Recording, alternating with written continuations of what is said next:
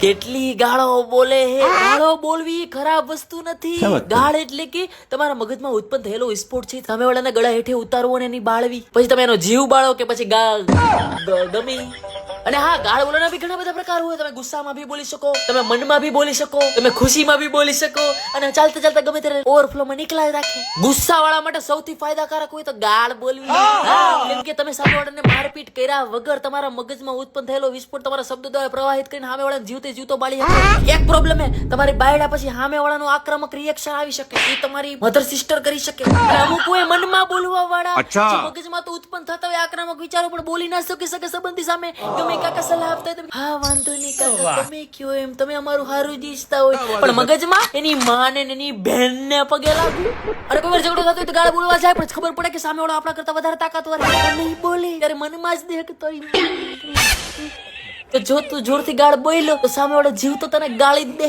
હું કોઈ ખુશીમાં બોલવા વાળા, આમ તમે એમ કે તને લોટરી લાગી, એની માને સાચે તું કોઈ ચાલુમાં બોલવા વાળા વાત કરતા કરતા બી નીકળ્યા જ રાખે. કે સુરતી લોકો આમાં તો એ લોકોની વાત કરવાની સ્ટાઇલ નથી ચાલુ થાય. કેમ ચેલો ખોટા શું કે છું ચમન આ જો તેની માને વેલ્લો ઉઠેલો ને બાથરૂમ ગયો તો બાથરૂમમાં પાણી જ નહીં આવતું. બે ગયા અમુક ગાળો હોય છે આપણે ગામડા વિસ્તારમાં જ બોલવામાં આવે, અને એ વસ્તુ સાંભળવામાં મજા આવે. ભાવ દેશી ગયું કુતરીના પેટના ગધેડા જેવા અધુરિયા જીવનો છે. હારું ક્યાંય હારું નહીં થાય, વાંઢો મરે તું જીવડા પડશે, તારા પેટના તને પાટા મારશે.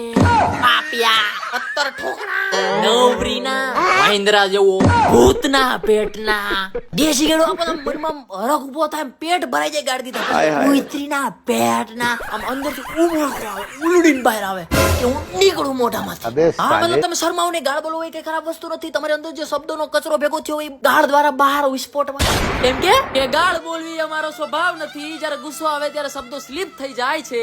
મન તો કહેતું હોય કે શાંત રે મૂંગો મર, પણ મારો આ જીભડો આગળ વહી જાય છે. કેમ કે ગાળ બોલવાથી વિચારોની અશુદ્ધિ શબ્દોના સ્ત્રોત દ્વારા બહાર નીકળી જાય છે, અને એટલું બોલે કે સામે વાળાનો સાંભળીને જીવ નીકળી જાય છે. એટલે જ કે અમારા શબ્દો સાંભળીને હારા હારાને પડી જાય ફાડ, કે અમારા શબ્દો સાંભળીને હારા હારાને પડી જાય ફાડ. અને અમારે બોલવું ન હોય પડતું, અમુક નંગ સામે આવે ને તો નીકળી જાય મોઢામાંથી ગાળ.